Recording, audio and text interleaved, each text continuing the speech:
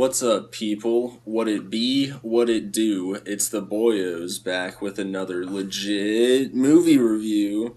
This is the Boyos Discuss, the podcast where we pick a topic and then shoot the shit about it for a while. We've got another early 2000s classic this week in Sam Raimi's Spider-Man. I'm Ross, and I'm joined by my co-host Matthew. Hey, what's up? Ben. That's Bella, actually. Yeah, I know. Oh my god. so the band was the Harlan. Hello. Alright. And, okay, so Matthew is going to give us a shortened, maybe, summary of the movie. I'll just fly through it, and if anyone wants to say anything about it, just cut Why don't we in. just say what we want to say about it, like, afterwards, or we can weave it in and out. I don't know, because if there's moments that you're like, hey, that shit's funny, then Alright. you can pop in. We'll make it natural. That's right. Opening shot is a bus. It's Peter narrating. He's like, oh, every good story is about a girl. He shows Flash, and he's like, that's not me. Then he shows this fat dude eating a donut. He's like, that's not me either. I wish it was. Then we cut to Peter chasing the bus. Everyone fucking hates him, just like in Shrek 3 with Artie. I don't know what the deal with that is. The nerds hate him. The jocks hate him. The faculty hates him. The only reason they let him on... Driver. Yeah. I'm like, so there eventually MJ is like, hey, we gotta, let him onto the bus. He's been chasing us for blocks. They're going on to this field trip to a museum, I guess. And at this point, we're shown the teacher who looks to be the same age as all of the students, because everyone is played by 30-year-olds and classic, gosh, yes. I guess, 2000s high school movie type of thing. So MJ, she waves to her friends, and Peter thinks it's to him. That's like kind of a classic, I guess, relatable thing, because I feel like everyone kind of does that, where it's like, oh, they're waving at me, and then you wave back at them, and they look at you like you're insane. So Norman and Harry Osborn pull up in Norman's fancy-ass car. Harry's all embarrassed for some reason. Turns out him and Peter are childhood friends, and we get some exposition about Peter being a science whiz. And we get the classic line from Norman Osborn where he says, I'm something of a scientist myself. They go into the museum, and they're looking at a spider exhibit. The tour guide nonchalantly explains that they're changing the DNA of the spider, which I feel like they would be doing that in a lab and not really keeping that on, like, a museum floor, but that's neither here nor there. And whether or not PETA condones that type of stuff is up to speculation, I guess. Tour guide refers to something called spider sense, and it's really kind of cringy, but, that's just how these movies are. So Peter's spitting out them spider facts to Harry, and Harry wants Peter to man up and talk to MJ. Peter's too much of a chicken, so he doesn't do that. So Peter's like, oh, well, you should go talk to her instead, Harry. So Harry goes over there, and he has no issue stealing MJ from Peter, so he uses those same facts as he's talking to her, and Peter's just like, oh, good for him, I don't really care, that type of deal. Harry's an asshole. That's the gist of that. Tour guide says there's 14 different altered spiders, and MJ, who I guess counts them all super quickly, is like, no, there's only 13. And my little aside on that is, I don't know if y'all, whenever you go to an aquarium, you can't really find, like, oh yeah, you go to the little spider exhibit, and I can never fucking find one of them, much less all 13, Yeah. But, that's neither here nor there, I guess. Peter asks MJ if he can take a picture of her for the school newspaper. She obliges, and then there's this really kind of, I guess it's supposed to be kind of cute, but it just comes across as kind of creepy scene where he's taking a bunch of different pictures of her as she poses, and then eventually the spider crawls down and Peter gets bit. Cut to Oscorp. Things aren't going well for Norman. The military isn't thrilled with the progress they've been making. They show off the glider, which is neat, but I don't really think it would be all that practical in any military situation I can think of. They test a super soldier serum on a bunch of rats, and the rats went insane. And so Norman's little scientist dude is like, oh, we gotta go back to formula, we can't fucking be injecting humans with this shit. And Norman says I guess the next meme line, which is, back to formula. He says that. And they give him a timetable of, I think, like 2 weeks, or else they're gonna go to Quest for their science stuff instead. I don't know if y'all, like, because I'm not really big into the comics. Is Quest a thing in the comics, or? I assumed it was a throwback to the classic 60s, 70s cartoon Johnny Quest, where Dr. Quest and them ran around, and so that's his. That was his laboratory. I feel like it would have helped if we had someone who knew the comics better, but I have no clue what Quest is. Yeah, no, I never read them. So next scene, we got Aunt May and Uncle Ben talking in their house. They beat us over the head with exposition about Aunt May and Uncle Ben. Uncle Ben is like, oh, they fired me after 40 years. They just want to fill their pockets. And he's like looking through the newspaper at the different, I guess, help wanted ads. He's like, I'm 68. I'm too old for this computer stuff. And they could have done that in a better way, like more of a show don't tell versus just dude, beating that was you. kind of the whole movie. Like I yeah. noticed about Sam Raimi, and like I tried to look for a style that he was going for in his movie, and he does a lot of fucking just super in your face exposition, and sometimes it's not even spoken. It's just like in the background, like all the time. There's these background images and writings and stuff that's just like, yes, I got that. Thank you. Yeah. But, so, Peter shows up, they ask him if he wants a bite to eat, he says no thanks, had a bite, and rushes off to bed, which, haha, funny joke. So Peter starts to go through them changes, and the bite is looking really freaky on his hand. It's way grosser than any spider bite I've ever seen. We go back to Oscorp. Norman and his scientists are working on getting the formula right, and Norman volunteers himself to be the test subject. He drinks this, like, Dr. Jekyll and Mr. Hyde juice, and then he slams the glass on the ground, which I think was a little unnecessary, but, dramatic. that's... they strap him into the machine, and he has this little funny, I guess, reaction where he's like, ooh, it's cold. And I wonder if that was, like, an ad-lib. Right. Because it felt really natural. Green gas starts to fill the chamber, and Norman starts having, like, a weird convulsing thing. It's really kind of creepy.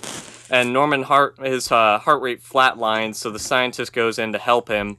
Norman comes to and strangles the scientist, throws him through the glass, and he does that, I guess, classic kind of cheesy Green Goblin pose where he's, like, hunched over, and then he's like, back to formula, and then he jumps at him and it cuts away. Okay, this whole scene terrified me when I was a kid for some reason. Absolutely. Yeah. And I have, like... the whole thing where he was shaking violently. Oh, yeah, that part scared the shit out of me. Oh, my God. And the other thing, I was watching it this time around, and I was watching his friend, and he seemed so sad about Norman and how much he wanted to save him and everything, and then Norman fucking kills him. He eats him through the fucking glass, dude. He's the only good scientist in the whole movie. Yeah, I know, and like they kind of go over that a little bit later, where he's, oh no, I killed my friend, but it's so brushed over. Yeah, I mean, when they don't really investigate it, like you'd think there'd be cameras in there or something. Yeah, nah, he gets away with everything. And with the same violence level, like later in the movie, he's just an actual terrorist. He's just like blowing stuff up with just random people just to get Spider-Man to come out. It's crazy. Yeah.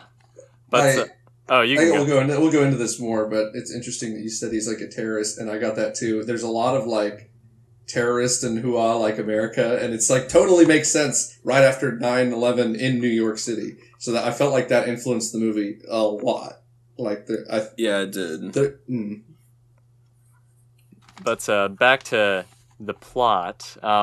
Peter wakes up the next day. He's gone through spider puberty. He no longer needs glasses, and he's buff. Although buff is, I guess, relative to, like modern MCU buff, which is like way more ripped. So just as a kind of an interesting thing that over the years they've been like, okay, we're not gonna have you do steroids for Spider-Man 1, but now they're like, hey, fucking Captain America, you gotta roid up, dude. Do you think Tom Holland is over there just injecting steroids into his little butt, trying to get as ripped as Tobey Maguire was in this movie? I hope not, dude. I feel like there's more techniques and trainers and stuff like that now. They've kind of just boiled it down to a science where everybody can look just fucking insanely good, like Henry Cavill good. Yeah. But honestly, a lot of people do look that way now. Yeah. So I feel like they got it down. They got it. I'm to not science like impressed they have with their anymore. movies. I thought it was an interesting. Humans. I thought it was an interesting observation, though, just like how that's kind of progressed. But Oh yeah. Peter leaves to go to school after talking to Uncle Ben. They're gonna paint the kitchen later that day, and he's kind of creeping on MJ. He's just following her around and talking to himself about, I guess, what he would say to her. He's trying to psych himself up, but then MJ's friends pull up in a car and they leave to go to school. Peter realizes he's missed the bus again, because he, I guess, just routinely does that. Maybe that's why the bus driver just hates him, but he's running towards it and his hand attaches to the sign with his little spider grab. And that's the first, I guess, spider power that we see. And that's pretty lame, if I'm being real. Like, it's, I don't know, like, I just think obviously they've gotten better at showing stuff like this in the movies. Like, I think to Miles Morales, where he's like immediately crawling up the walls or whatever. Well, it was like way more comedic in that one. He's like sticking to birds and flying out the school window. Yeah, and he grabs Gwen's hair. I feel like they did it better in that. But obviously they get better with stuff like that as time goes. Norman wakes up in his fancy-ass penthouse apartment. He doesn't remember anything that happened the previous night. And Norman's, I guess, assistant or receptionist shows up and says there's been an accident and that the glider and suit have been stolen. And at this point, I kind of noticed that Norman's penthouse, as well as Oscorp's, like, basically the entire building have, like, a green theme throughout it. Like, the walls in Norman's penthouse are green. Like, all the text and stuff at Oscorp is green. So it's, I guess, just quote-unquote subtlety, I guess, from that perspective. And the gas was green, too. So Peter has lunch in the cafeteria. He notices MJ is about to slip on some orange juice, and he catches her along with everything on the tray. And there was a really good piece of trivia that Ross had included here. I don't know if you want to go into that now, Ross. Which one? It's the one they have the lunch tray. Yeah. I don't see it exactly right. I wasn't looking at it. Wasn't it like it wasn't I got CGI it right here or anything? Yeah. So the scene in which Peter catches Mary Jane's lunch on the tray involved no CGI, with the help of a sticky substance to keep the tray planted on his hand. Eventually, after 156 takes, he performed the stunt exactly as seen, which that is just fucking insane.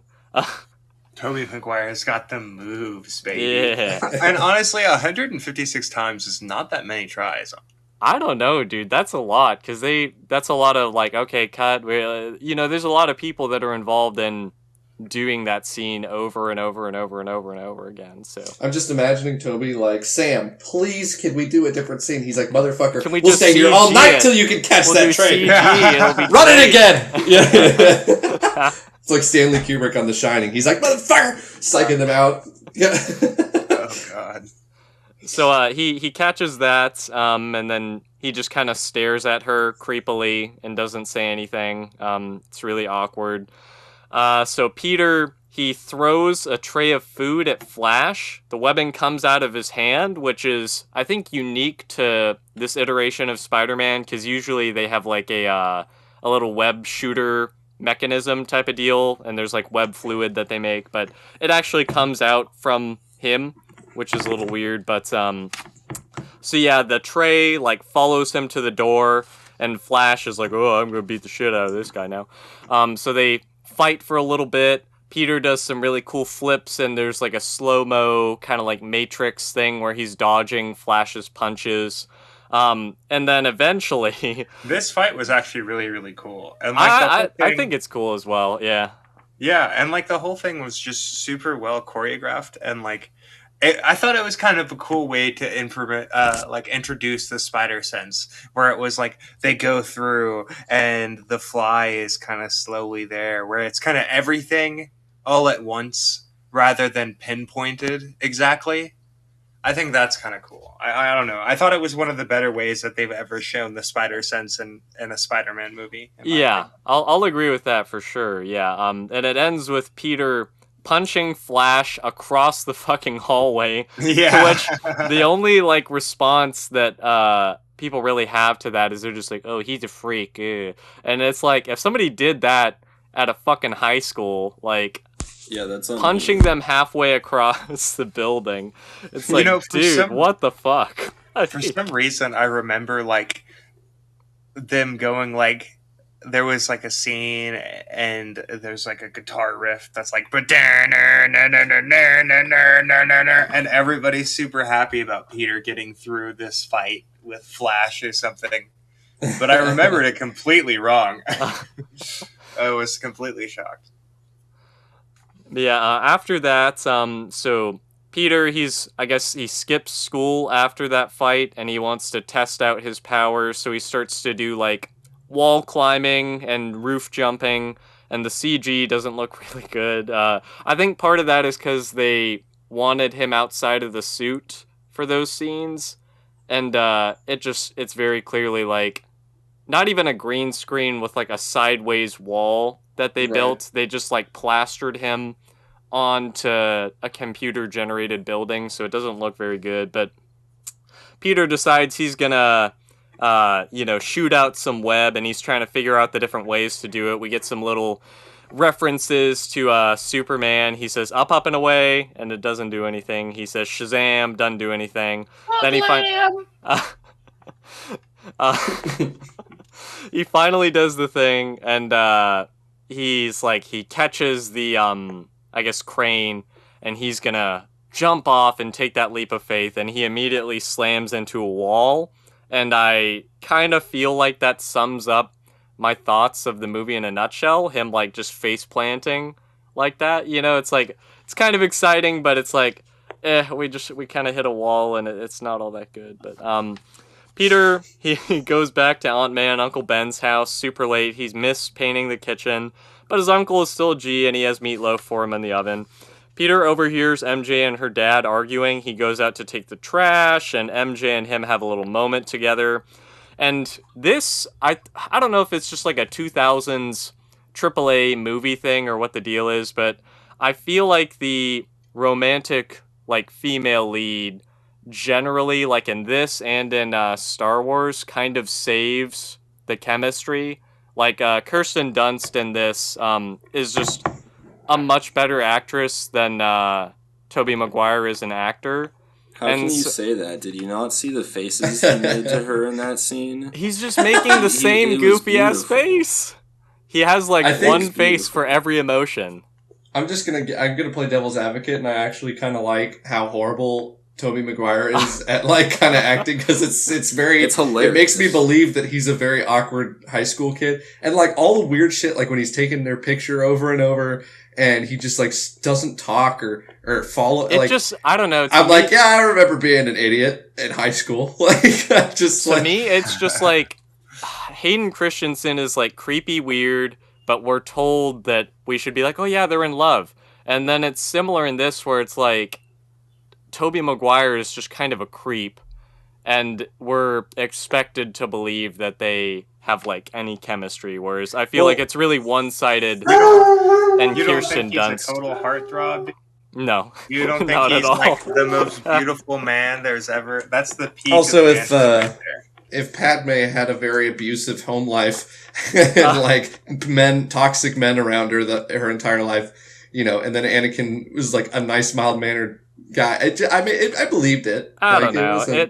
I just feel like she elevates it to being acceptable. If they had an actress that couldn't do, you know, even what Kirsten Dunst did, then that would have completely fallen apart. But yeah, she at least saves the scenes that they have, I think, anyways. So Flash shows up in his car to pick up MJ, and that's when Peter's like, oh shit, I gotta get a car, dude. And he starts looking through newspaper ads, and there's conveniently a car that's less than $3,000. Just right underneath that is an ad for a wrestling match between Bonesaw, who is played by Macho Man Randy Savage. So he decides he's going to do that. He starts designing the Spider-Man suit, and the designs, like, they do this in a lot of, I guess, superhero movies, or, where they're designing the suit, and they all look fucking awesome. But, that kind of just makes you think, wow, you should be an artist instead of, a scientist, but he ends up I didn't like where they put that scene. Like, it seemed really weird to me that he draws out, like, the Spider-Man suit, like, the one he's going to wear for the movie, and then he puts on, like, the shitty one, a shirt and stuff. I'm like, why did you put that scene there? I would have put it, put it afterwards. After. Yeah. There's a part where he's thinking, I don't know, like, after Uncle Ben dies and he's in his room and Aunt May, like, consoles him, and then he kind of, like, starts building his suit. I'm like, why wouldn't you just put that there? Like, he's building the suit right now. Just have him design it there too. You could just copy paste the scene or cut and paste. But I don't know. I thought that was weird. Yeah, there's weird things where it's like I feel if they switched a few scenes around, it probably would have flowed better. But we're not Sam Raimi, so we don't get to make that decision. So instead of going to the library, he is going to go to this wrestling match. Uncle Ben drives him, and they have this classic moment that's like the quintessential, or one of the quintessential Spider-Man moments where he says, the man you are now will define the man you're going to be as an adult type of deal. And that's when he says, with great power comes great responsibility. It ends with Uncle Ben saying, I know I'm not your father. And Peter, as a huge dick, is like, stop pretending to be. And it's super like, it kind of hits you in the gut, and it's like, damn, dude, like, you're such a dick. It's like, Well, this scene makes almost no sense. Like, Ben is a literal angel to him, and for no reason other than for him to be more sad, like, oh, I was so mean to him right before he died. No reason other than that, he just is such an asshole to him. Yeah, it doesn't make any sense. And it's so out of character for him. I think that was my problem with the scene, because I loved it. I loved, like, Uncle Ben's act. I think it's like Cliff Robertson or something as an actor. He was fantastic. That's my favorite scene. Like, that, what Uncle Ben is talking about is great. But before that, you have Peter skipping downstairs and being like, can't wait to paint the kitchen with you, Daddy. And then now he's just all upset. Like, just be like, I don't know, he misses the kitchen painting. Uncle Ben's like, hey, don't have him eager to do it. Be like, Uncle Ben's like, oh, are you going to come paint the kitchen with me? And be like, Uncle Ben, I'm turning into Spider-Man. I can't deal with this right now. And he slams the door and runs out. And Uncle Ben's like, what the heck? And then you get more kind of development into this scene. Because this just kind of, like, Peter's reaction is so different than the entire rest of his performance. Just like, you're not my dad! It's like, whoa, where the fuck did that come from? But, I mean, it plays into a thing later on, but it's just kind of like setting up something later for the sake of setting up that line. And it is for setting it up. Like, the line should be there. It just didn't, it didn't work as well as it could have because there wasn't development before it. It just kind of is like, boom. And you're like, whoa. It was like one of those scenes, like the Will Smith scene where he was channeling his actual childhood.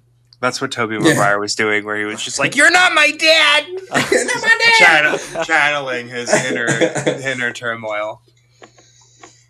But then we go to the box or the wrestling match, and Peter signs the waivers and he introduces himself as the Human Spider. The announcer, who's played by Bruce Campbell, who is friends with Sam Raimi, because I guess they've done movies together in the past. And keep an eye out for Bruce Campbell in the future movies as well, because he may be a person we'll see then. Who knows? He thinks the name Human Spider is lame, so he introduces him as Spider-Man instead. Peter goes into the ring with Bonesaw, and as he's entering, everyone is heckling the shit out of him. Even Bonesaw's, like, girls, I guess, or, the ones in the bikinis. I don't know if you noticed when people were throwing this shit at Peter, like, a lot of it was hitting the girl behind him, and one hit, like, it was a bag, and it hit her straight in the fucking face. Oh my god. And she, like, winced, and, like... Are they actually throwing shit? What? Yeah, I mean, well, that's, like, like, paper and stuff, but it hit her smack in the face, and she's, like, one of the background girls, and it made me laugh. I'm glad. But he enters the ring. Turns out it's going to be a cage fight. Peter is like freaking out because he just saw this other guy get brought out on a stretcher who's like, he's fucking insane, man. He's going to kill you. Like, get out of here. So he goes into the ring with Bonesaw. At first he's afraid, but he starts doing flips over him and stuff. Peter says a line that I don't think would fly today. He says, cute outfit. Did your husband make it for you? I just don't think that joke would fly today if they tried doing that, but... I caught that too, and, like, this was 2002, obviously, but, like, that was kind of funny. It's just a really unfortunate, like... It ages the movie. Yeah. Yeah, well, never mind. Go ahead, Ben. Nah. Speak your mind. Matthew's gonna bleep it. Yeah, I bleeped Ross last time. What did I say last time? We'll Use talk the about G that word, later. Ross. We'll talk about that later. My bad. So they fight. Peter wins. And they do that whole thing. But Peter goes to get his money from the, I guess, fight coordinator, who is only going to give him $100 instead of the promised $3,000. And he's with all his fucking money on the table. I know. Fuck you, Peter. Yeah, like, when he's like, the deal was for 3 minutes in the ring. You knocked him out in 2. And then Peter's like, but I need the money. And the guy says, and this is an OG Ben classic line, I don't see how that's my problem. I don't see how that's my problem. That's right. Peter, the dude just looks at him. Peter takes the $100 though, and as he's leaving, this robber comes in and takes the fight coordinator dude's money. Peter could have stopped him, but he lets him go because he's pissed at the guy. And the fight coordinator calls Peter. Oh, wait, that's ridiculous though. That they're like mad that he didn't stop him. The dude had a gun. He's an adult human running by this high schooler who hasn't done anything yet. He has a gun. Yeah, and they're like, you let him go? Yeah, no shit. They did say, because, they watched the fight with Bonesaw, so they're like, you could have torn that guy apart. And, I agree with y'all, though. It's like a gun is not really equivalent to beating up a buff guy. Even if they weren't massive, fat dickheads, I still probably wouldn't have saved him. But since he was, like a massive, fat dickhead with all his money everywhere, and you're like, fuck you, kid. Fuck that guy. And he throws the same fucking line back in his face because the guy's like, you could have stopped him. And he's like, I don't see how that's my problem. And then he leaves. I know this is totally supposed to be like for her when Peter is like, oh my god, I caused my uncle to die because I didn't stop the robber.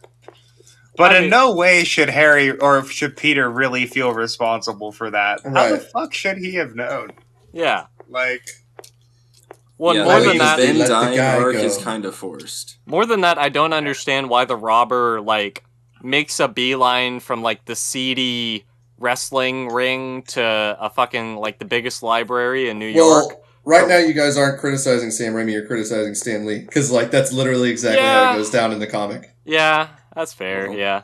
He does the wrestling, and then he lets the guy get away, and Uncle Ben gets shot, and he finds him in the warehouse, and he's like, it's you! So, yeah, it's kind of goofy. But at least Sam Raimi, he was just doing staying true to form. Yeah, that's fine. So I don't blame that on the movie. Fine. It's certainly better than the newer one. Whoever made the newer one, he just I'm going to get some chalky milk, and then he runs outside and his uncle is fucking shot. It's like, oh god.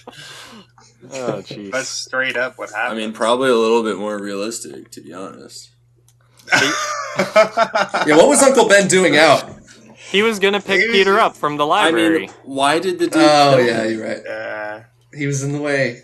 Yeah. He wanted he killed him for his car. He took his car. Yeah. It was a carjacking. Yeah, and so then there's this sick chase scene between the car, the police, and Spider-Man, and we're finally kind of getting to see Peter fill those shoes, and he's doing cool swings and stuff like that. Chases him into the warehouse, like Ben says, and they realize that, the robber realizes that that's the kid who let him go, and he's gonna shoot him anyways.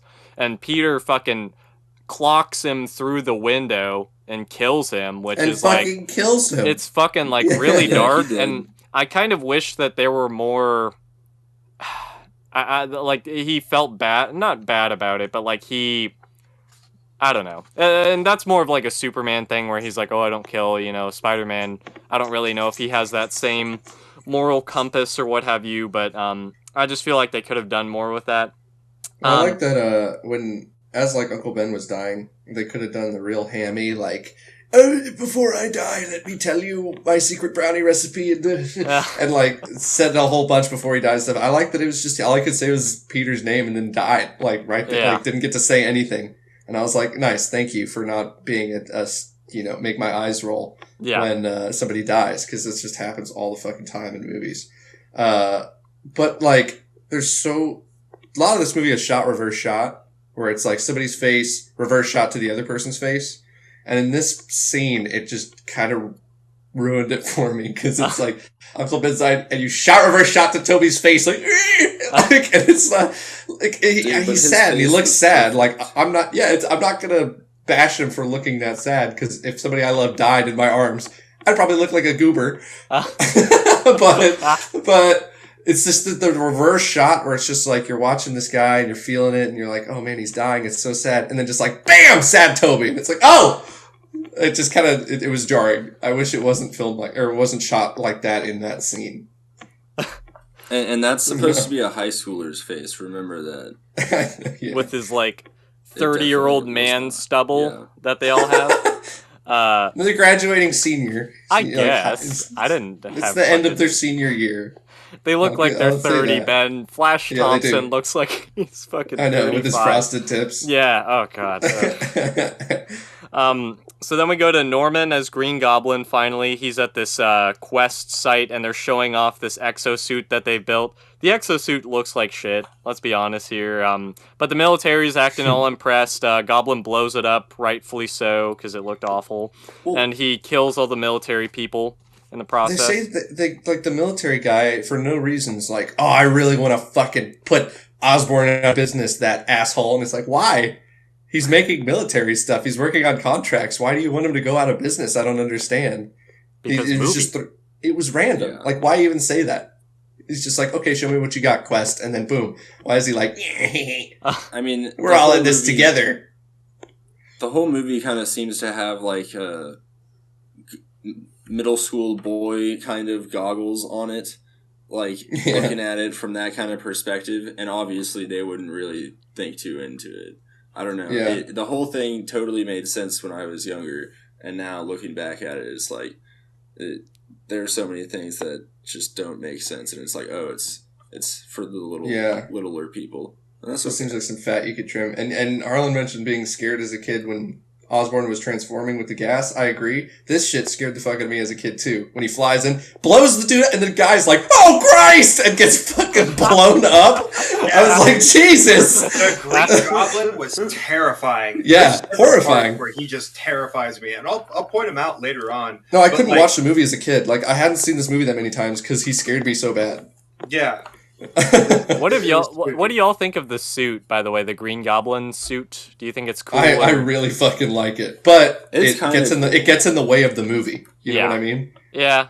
I think it was a neat, like, I'm kind of glad they didn't go the comic book route with it being like a guy in a latex mask type of deal. Right. Because that would have been a little too hammy, but the suit was gonna be a lot bigger, but since Willem Dafoe did his own stunts mostly, they made it a lot smaller, trimmed it down quite a bit. Apparently. Oh, cool! Yeah, wow, dude, I fucking love the design. Like, that is awesome. And I remember as a kid, this is my first exposure to like all of this, like the actors, Spider-Man. This movie came out when I was 5, so I remember seeing it and I was like, whoa, I didn't know any of this, but I was very disappointed when I learned that the Green Goblin doesn't look like that. And I was like, excuse me? And I saw his actual costume, and I was like, that is fucking lame. I want movie Green Goblin. I love the design of it.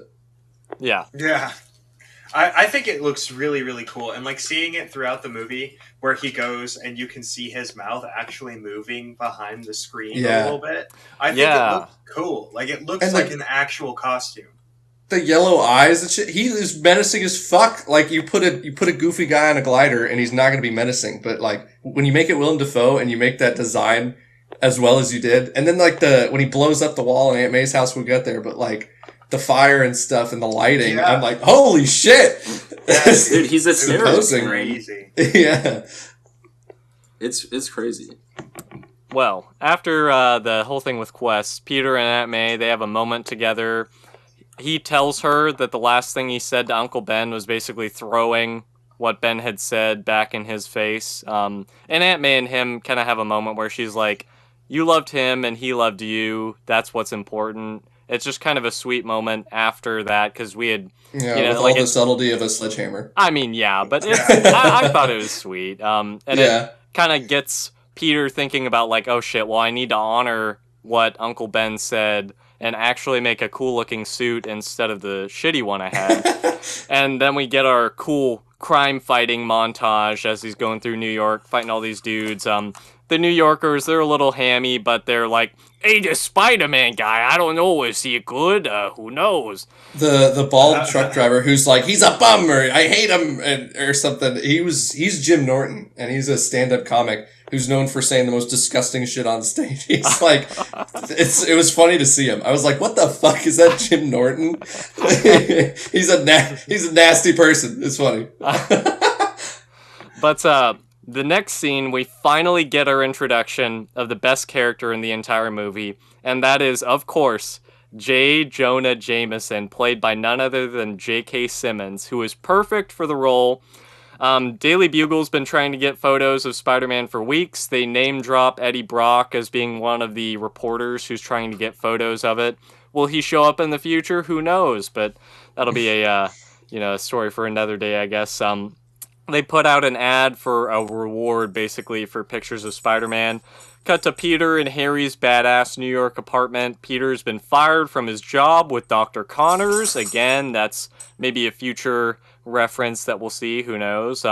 Norman is there doing his weekly inspection to see if they have alcohol, I guess. And he offers Peter a job at Oscorp. Peter declines, saying he wants to lift himself up, without any help, and Norman admires that.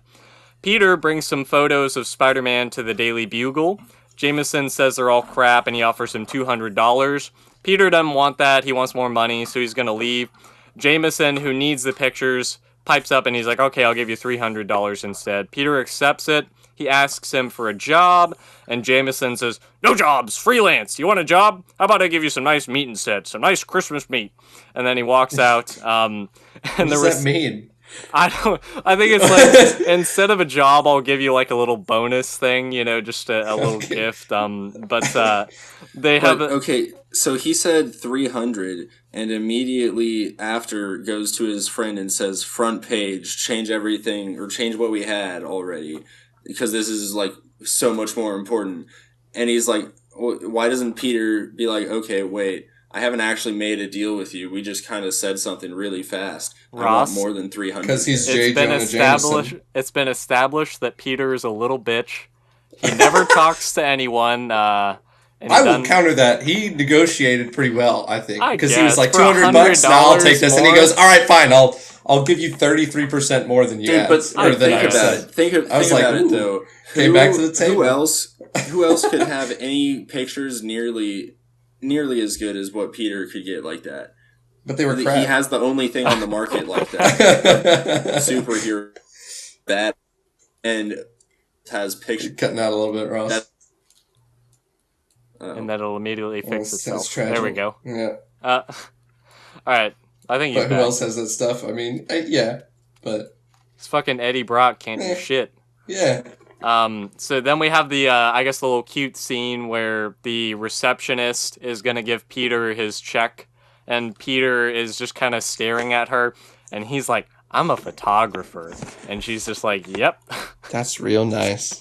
That's real nice. And we go back to Oscorp. They're selling the company to Quest on the condition that Norman not be included in that sale, so they're kicking him out. And Norman obviously is real pissed. After that, we go to World Unity Day, which is a weird celebration in the middle of Times Square that has a couple of inflatable floats and some quintessential 2000s music playing. I don't know if y'all noticed that. Like, that was just like, oh my god, that's like a big old time capsule just with how and all the sounds. Clothes and stuff, yeah. Oh, throughout the movie, the clothes, like, my gosh. And the frosted tips, like you'd mentioned earlier, like, it's just like, oh, it's crazy. There's a shit ton of product placement in this scene, obviously, because it's in the movie. well, yeah, in general, but like in this scene in particular, they're showing you all of like the skyscrapers around Times Square. There's like a, I don't know, not a T-Mobile, but there's some. It's singular. Yeah, And then there's Cup of Noodles, and there was Dr. Pepper can and Maker's Mark bottles and stuff. Not in Times Square, but there was a lot of like. Yeah, so they did their job well then, because you remembered. I did, singular thing because I thought it was weird. Oh my god, that's a blast. And it's like, dude, that was such. I'm sorry, that was such fucking 9/11 imagery of just like, hey, what is that? Is that supposed to be here? It's pretty low. What's it doing? And everyone's just confused for a while, and then shit just is like insane and explosions. I was just like, man, this is Well, and even like the idea of World Unity Day, yeah. like the World Trade Center. I don't know. It's like that. I'm not sure if that was like intentionally something they added after 9/11 happened, but they do that. That entire scenario just felt very. I think that would have been kind of like really like the people that were in New York that day probably felt differently about that scene than people who hadn't, and they're just like, oh yeah, here comes the Green Goblin. I think it, Yeah.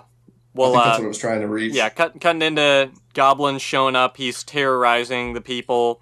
He vaporizes the board, which is pretty fucking like I think it scared me as a kid, but it's just kind of hokey now because it melts their skin off and it's just their skeletons and then they fall down. Type but of not deal. Even like a Raiders melt. It's just kind of like a flash and they disintegrate. Yeah. It felt like something from an Adam West Batman cartoon. Yeah. So they're doing that all that stuff. He's blowing stuff up, and so Peter dons the Spider-Man attire, and an onlooker. And this is just a thing that they do in all of the Sam Raimi Spider-Man movies. There's an onlooker who's like, "It's Spider-Man," and they just say it in like a really hokey way that always. Well, he does the Superman like shirt rip. Yeah. And that was goofy. So they fight for a bit, and eventually Peter messes up Goblin's glider. He like pulls out some of the circuits, and Goblin says, "We'll meet again, Spider-Man." Spider-Man! It's like a really cheesy, like, oh, that's what they do in comics, but I think it sort of works since it's, an earlier comic book movie. But Peter saves Mary Jane, and he drops her off like 2 miles away from where she was, and she doesn't have a cell phone, so I don't really know why he did that, but, Then we cut to Harry and Peter's apartment. Harry finally admits that he's dating MJ, and I think that earlier, I think I'd missed a scene where Peter and MJ, reveal that she's working at a diner and that she's dating Harry, and he's just like, oh, whatever. And so we finally get Harry telling Peter, and Harry's just like, oh, well, you never made a move, so that makes it all right. Even though later on he's like, oh, Peter's loved her since he was like 5, and it's like you would think he'd maybe, I don't know, feel a little bad about that. But after that, we cut to Norman in his penthouse, and he's doing the whole Jekyll and Hyde thing where he's talking to himself in the mirror. It's really cheesy, and I don't know if that was a thing that happened in the comics or not, but that is a thing that indeed happens. After that, we go back to the Daily Bugle. Peter's going to sell some pictures of Spider-Man from the disaster at World Unity Day. Jameson's trying to spin Spidey as the bad guy. Peter calls it slander. Jameson says, it is not slander. Slander is spoken. In print, it's libel.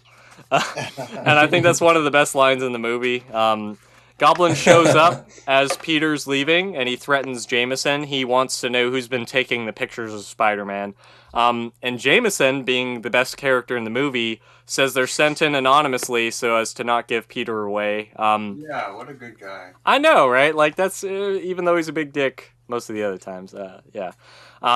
So Spidey shows up then, and Goblin and him fight for a little bit. Goblin gasses him and takes him to a rooftop at night. He gasses him and goes, sleep!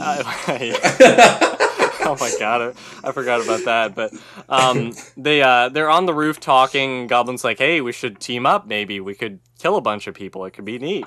And Peter's like, I'll think about it. even though that's very clearly him turning him down, and they could have just fought there and ended it. But dude, I have a big problem with this scene. Like, I like the dialogue and all that. Why the fuck didn't they do the face reveal? Like, the way Norman finds out Peter is Peter is kind of dumb. He's like, oh, he's got a cut. Wait, I cut Spider-Man. It's Spider-Man! But, like, just fucking do the reveal there. It would not have changed the movie. Like, well, yeah, I think they both... Yeah, he had him trapped. I think they both should have revealed to each other that, yes. like, he should have taken off his mask, too, and been like, hey, it's me. Like, and it's just beyond that. Why the fuck would you have this unconscious guy, and you go like, nah, I'll let him keep his mask on, because I don't want to see who he is. Like, that's just rude. Like, that doesn't make fucking sense. And it's all I could think about that whole scene. I was like, why didn't he get the fucking mask off and do the reveal there? Like, that really just irked me a lot, and I couldn't enjoy the scene, really, because I was just thinking about that. Yeah, and that's a fair point. I don't know. I think back to, like y'all have talked about, there's this thing in, I think the Justice League animated show where someone switches bodies with the Flash, I think, and takes off his mask. And he's like, I have no idea who this is. Yeah. And that's just that.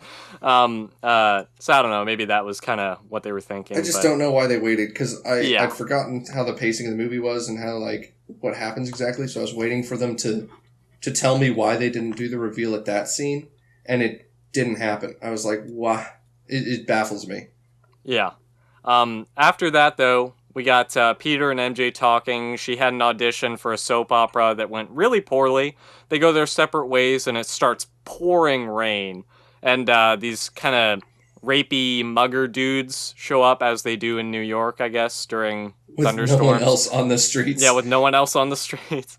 And they, they're trying to take advantage of MJ, and then Peter shows up as Spider-Man, and he doesn't have his mask on, and he fights the goons off, and then has to kind of hide in the alley so he can put his mask on. And this is where we get the iconic upside-down kiss. Well, I don't know if y'all noticed, but for some reason, throughout this movie, they just do not have Mary Jane wear a bra for like 90% of the scenes that she's in. They're just like... I didn't notice that. It's like, it's very, very, like, it's just a weird decision. Like, I don't understand why they went with that. It's a weird decision, or it's Hollywood being like, but this is like a kid's comic book movie. She's cheating on Harry with fucking Spider-Man. Yeah, but Harry was an asshole in the first place. Nah, everybody. No, he wasn't. Yes, he was. Yes, no, he was. Everybody's He was an a asshole woman to Harry. stealing bitch. And you know why? No. Everybody's like, fuck it. No. Harry's a little Harry Matthew, supposed to know? Matthew, remember Aunt May goes, who's she gonna end up? Maybe that's up to Mary Jane. It's not. Yeah. It's not fucking Harry's fault. It's not. All I'm saying is Harry, kind of a dick. No, that's neither. Okay, here's why. Peter everybody's an asshole to fucking Harry, and everyone's an asshole like, to Peter too. Don't tell Harry that I'm working at a fucking barber or at a fucking cafe. He can't handle it. Don't tell Harry this. Don't tell Harry that. Everybody lie to Harry. Let me cheat on Harry while I make out with Spider-Man. And I love that Mary Jane was like, or I love the part where she's like, "Thanks for standing up for me, Harry." And he goes, "Bitch, my father is better than you will ever be." I'm like, yeah, tell her. I don't know, man. Yeah. That to me is like, I mean, he was bad to her. Yeah, he was calling her a fucking whore. Oh no, so Norm bad of a friend. Yeah. I mean, if the dude had a crush on her for like ever and didn't do anything. Norman was a piece of shit for saying all that. Whatever. And then like Harry was like, "Dad, she's not like that." But what? And then Mary Jane's mad at him. I was like, "What the fuck did you want him to beat his dad up in the hall? Get up and beat the shit out of his dad?" Yeah. At least that's fair. That was a bad criticism of him. Yeah. No, I disagree. I think he should have defended her. Like, that's just Harry did nothing wrong. Well, I very much disagree on that. Hashtag Harry did nothing wrong. Not to Peter. Not to MJ. Not to his dad. Not to Harry is the beacon of the city. The city on the hill is Harry. Dude, Harry is the relationship with MJ. They literally just made him the typical guy who doesn't like listen and he just wants to buy her stuff to fix. I'm glad MJ didn't end up with Harry because Harry's too good for her. Yeah. I mean, what's the fucking crime? What crime did he commit? Be a bad boyfriend? What kind of crime is that? Oh, sorry, no, I love my genius dad who built an entire company in New York City. Yeah, and I also felt for Norm, not in that scene because he was being a dick, but like he got fucked by the military-industrial complex, and he was just like, "I'm trying to deliver these prototypes. Like, you have 2 weeks." He's like, "There's no time for me to find human test subjects. I guess I have to do it." It wasn't just like, "Ooh, I really want to test myself," and I was like, "That's cool." Like that his business is on the line, and that's why he did it. It's not because he's evil. He's just like, I want to preserve my business. And then his board of directors were like, "Oh, we're taking the company out from under you." What's it called? Oscorp? It's your name? Yeah, fuck you. I'm hearing a lot of excuses to get around talking about how much of a dick Harry is, but we got to get back to the plot now. Harry is not a dick.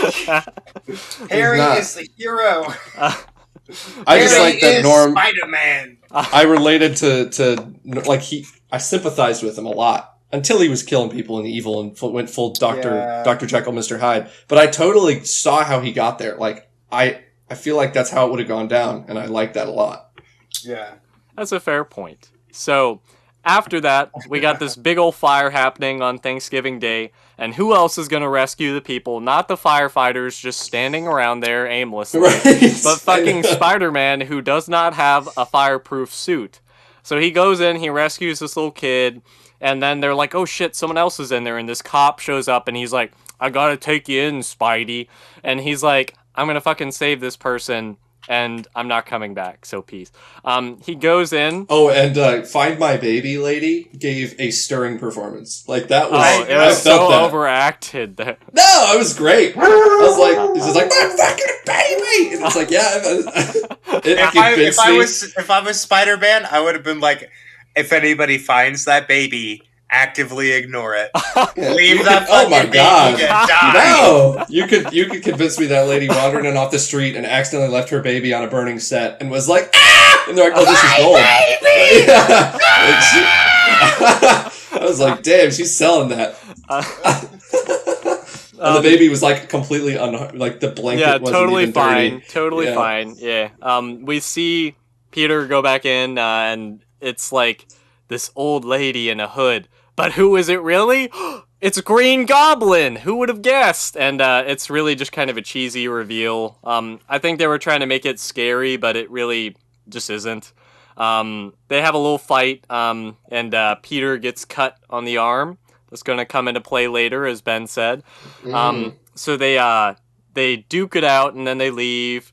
They go to Peter and Harry's apartment for Thanksgiving dinner. Norman shows up, and Aunt May asks him how he's been. Norman says, oh, work was murder, which was a little funny line that I liked. But Peter shows up, says he's late because he got knocked over by a bike messenger, and he had to fight an old lady to get some yams in the process as well. So...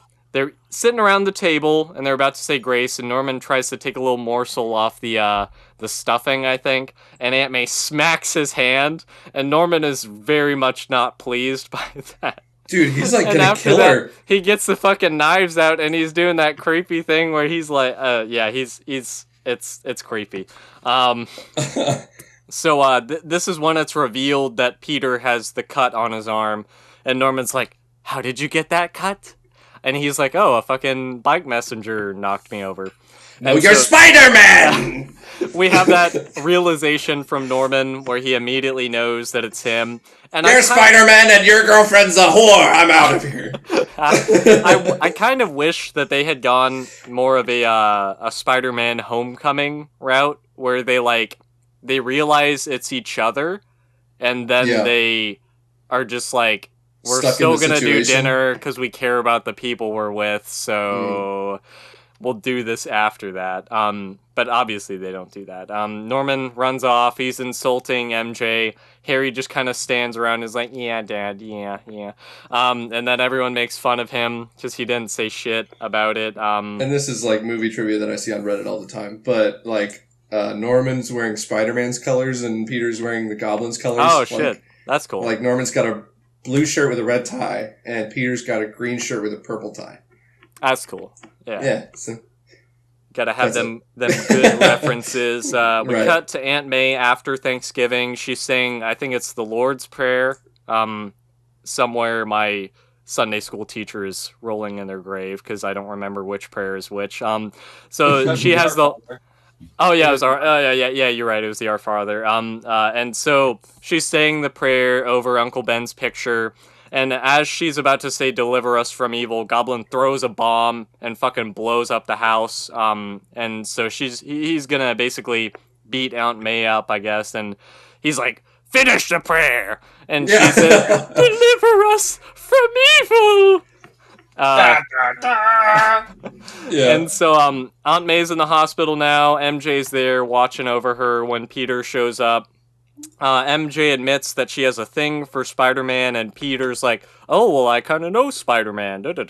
And he's like, "I told her, or I talked to him about you." And MJ wants to know what he said to Spider-Man, and Peter has this kind of like, it comes off as kind of word vomity thing where he's saying all these, I guess, romantic cliches and just kind of walking over the stuff he's saying over and over.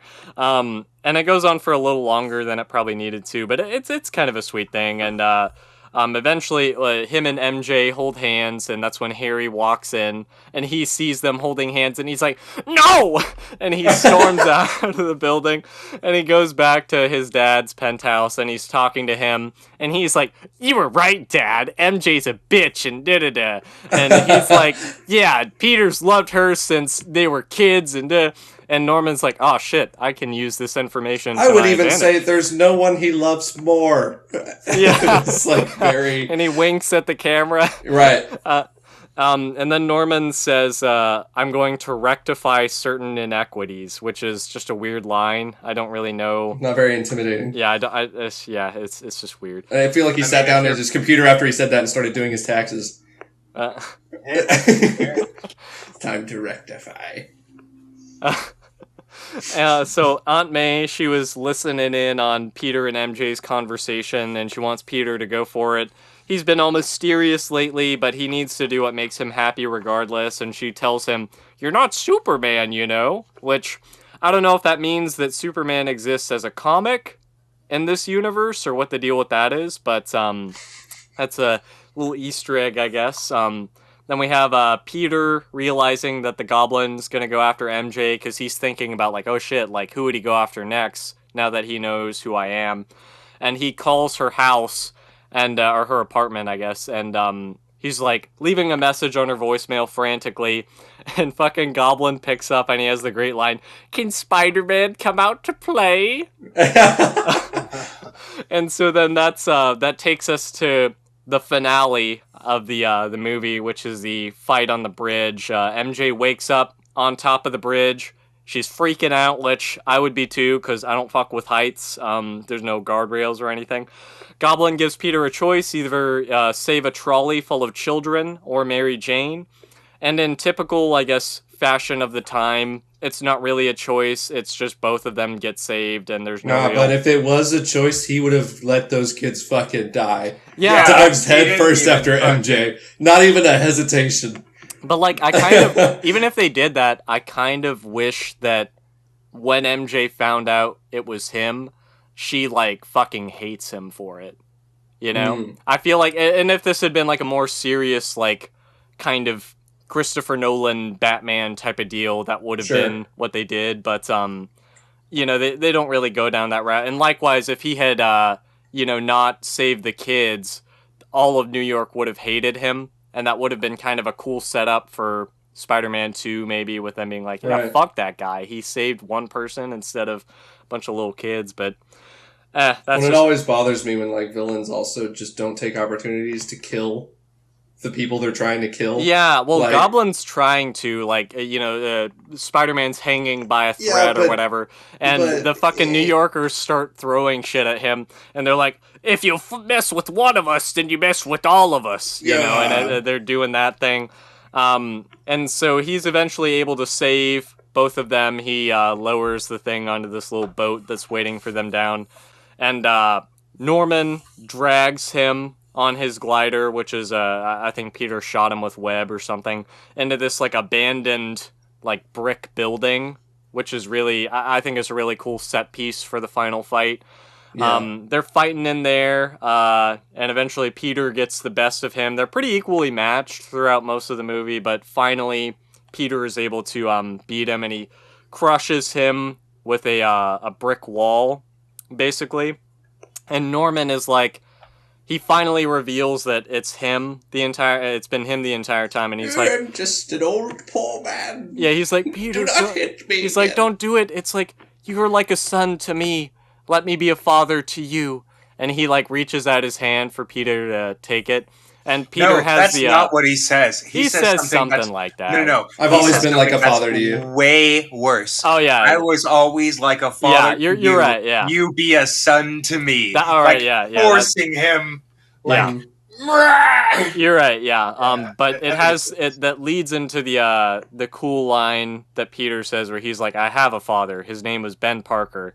And then Norman, I wish that he said, I have a father. His name is Uncle Ben. I think that's fucking funnier. And then Osborn goes like the rice. But that's when because the whole time Goblin is doing the little thing on his wrist computer to make it so the glider impales Spider-Man. But Spider Sense makes it so that Peter knows what's going to happen, and he flips over it, and Norman ends up impaling himself, which is pretty violent. Like, it's through his like lower abdomen, and you see the look on like I think he's like, oh, and then he gets impaled immediately. That was weird. He goes like, oh, like it cuts to him going, yeah, oh, it's and like then he gets slow, I was like, what? Yeah, it was an Why interesting, did you do that? An interesting. It was like they were trying to make it comedic. Yeah. Yeah, it was weird. But like all I'm gonna say is Peter sensed that glider with his spider sense, dodged it, end of the day, woohoo. What he didn't sense was Macho Man Randy Savage coming at him with a chair. So if the Green Goblin just fucking used a flying chair, he could have fucking won. Because spider sense doesn't work on chairs, obviously. The only thing I'll say about that is I think it was like his spider sense wasn't as honed at that point, if we're looking for excuses. No. He felt a fly in a hallway. I don't feel... No, that's bullshit. That's a fair point as well. But after that, Norman is like, don't tell Harry. And then he dies immediately. Why aren't we telling Harry shit? And then after this, what's weird about this next part, Peter strips down Norman. Norman is naked, and he drops off his naked body in a bed sheet and drops it on this little chair in Norman's penthouse. And Harry walks in, and he's like, "What'd you do to him? What'd you do to him?" And he reaches for the gun in the mantle, but by the time he gets it, Spider-Man's gone. So that sets up the whole, I guess, revenge thing. Well, and then, like, if I was Harry, and I'd be like, oh my god, Spider-Man might kill my dad, how did he do it? And then it's a giant gaping abdomen wound. I'm like, oh my fucking god! Yeah, I don't remember that. Spider-Man is a fucking monster. He ripped my daddy open at 8. He ripped my daddy open. My dad was a great man! We have, after that, the funeral, which is the final scene of the movie, and we have Harry swearing that he'll get revenge on Spider-Man. Peter is clearly uncomfortable by that, but he walks over to Ben's grave to have a moment to just kind of reflect. MJ shows up and admits that she loves Peter. He was the last one that she thought about if she had died in that moment. And Peter basically is like, nah, bitch, I ain't got time for that. I gotta fight crime and stuff. I can't have... he doesn't tell her that he's Spider-Man, obviously. But he just tells her, I'll always, care about you as a friend. And she starts crying as he walks off. And she's crying as the dialogue narration that he says is going. And it's like, you're really just going to end with her weeping in the background? Yeah. And that's it. Well, it ends with her weeping, and then it goes straight into fucking Nickelback.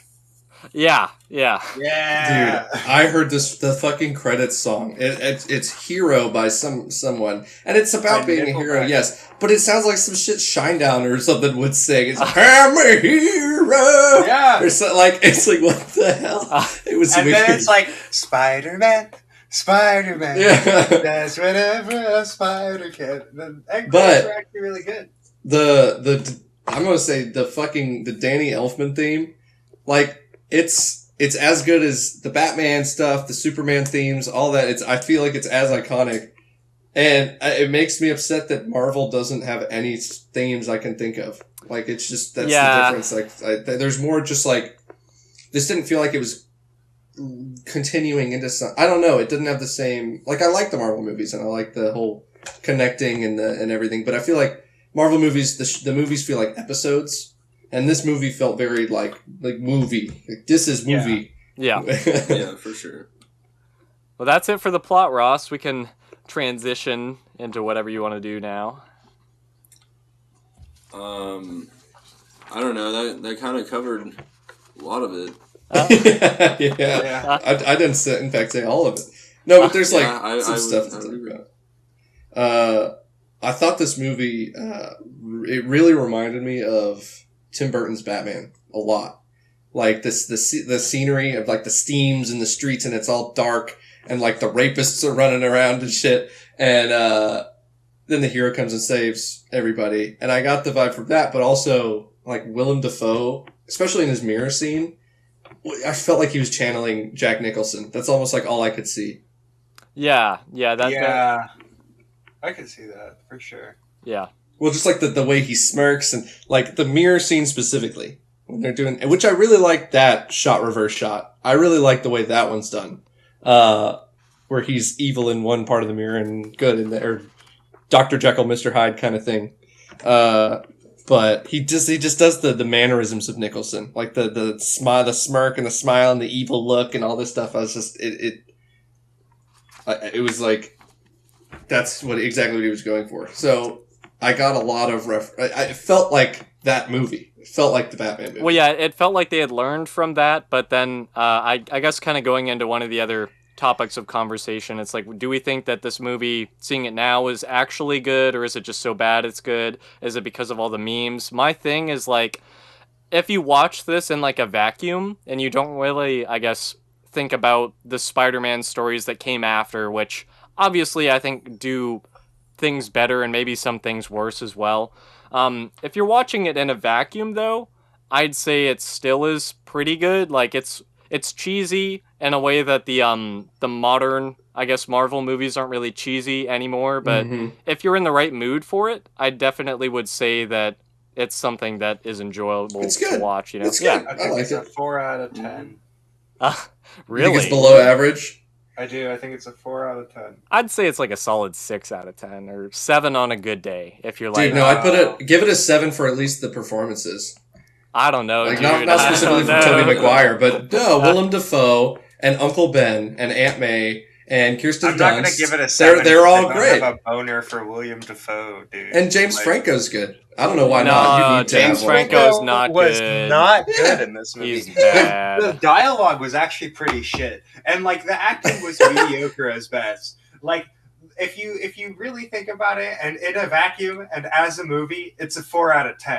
The only reason why we would give it anything above a 5 is because we have nostalgia for it. Yeah, the actors. Yeah, but there's a lot of nostalgia for it. Yeah, there's hell yeah, nostalgia for it. But I don't know. I think it's like a 4 out of 10. On the, I guess this isn't in the document, but do y'all have any memories of like the toys at the time that came out, Dude, like the video games and stuff? Like, fuck yeah, so many toys. Really. I remember I did a toy drive like with my parents for like under privileged kids or something where we do Christmas. And one of the toys was a Green Goblin action figure, and I was so mad at these poor kids getting that toy because I wanted it so bad, and I could never find it. And I was like, I want the toy. I had a Goblin figure. Yeah. I got the removable helmet. Yeah. I got the one where like the spurned Spider-Man, where his body was torn up, like his suit was kind of torn up and burned and stuff, and then there was like an exploding wall. Like it was made out of plastic bricks and stuff, and it was the wall that dropped on William Dafoe, on Green Goblin, and that was my toy. Yeah, fool. That's a shit toy. It was fun. No, it was like drop on him and then it would be Spider-Man. Did y'all play the video game? I did not play either Spider-Man 1 or Spider-Man 2, but I dude, I played both. Lucky, dude, because like I always I would see people play them at like the daycare that I went to as a kid. Like they had game consoles set up, and that was one of the ones that they would always be playing, but never got to actually own it for myself until I was an adult. But the first game is not good. The movie video game. The first one's not good. It's weird, like it's not open world. Yeah, no, it's these linear missions that you're given, and once in a while it's a scene from the movie. But like you have to, there's a part where there's a stealth section to break into Oscorp, and it's the worst shit ever, and it's horrible. And I never wanted to play it again because of that stuff. The game was not good. It was a movie grab. Yeah, license time. Yeah, but no, I think we'll have more to say about the Spider-Man 2 game for sure. And then they had the web shooting thing that you could get that had the little silly string spray can attached to it. I got that. I thought that was cool. Yeah. And then they had a cheaper version that just shot water that was a lot lamer, but I remember those. Yeah. So I don't know, do any of y'all have any, I guess, final thoughts that you want to talk about?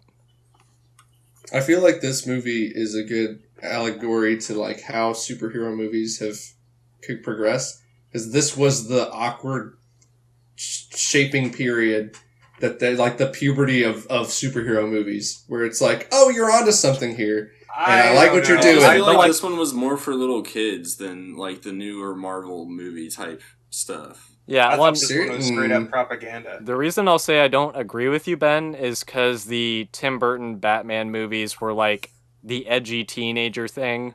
Yeah. So it's kind of like, I don't know. It's just weird how they progressed to the point where they were like, oh, well, we can't have it too edgy because then we can't sell toys to kids. And then I think X-Men came out before this, which was like a little less edgy. Then, well, that's what I'm saying. I'm not saying just Spider-Man's the puberty. It's like all the superhero movies before Marvel were kind of testing the waters, being good, being bad, and it wasn't like a formula like there is now. Yeah. And it's just kind of this like muck of puberty where most of it's not good, but you're like, oh, but you see where these things came from and how it grew up into this. So that's like what this makes me think of. Yeah. Like it's like Peter Parker as an awkward, horrible teenager. It's kind of like what the superhero movies were like. Yeah, I think that's a fair thing to say. How about you, Ross? Any other thoughts?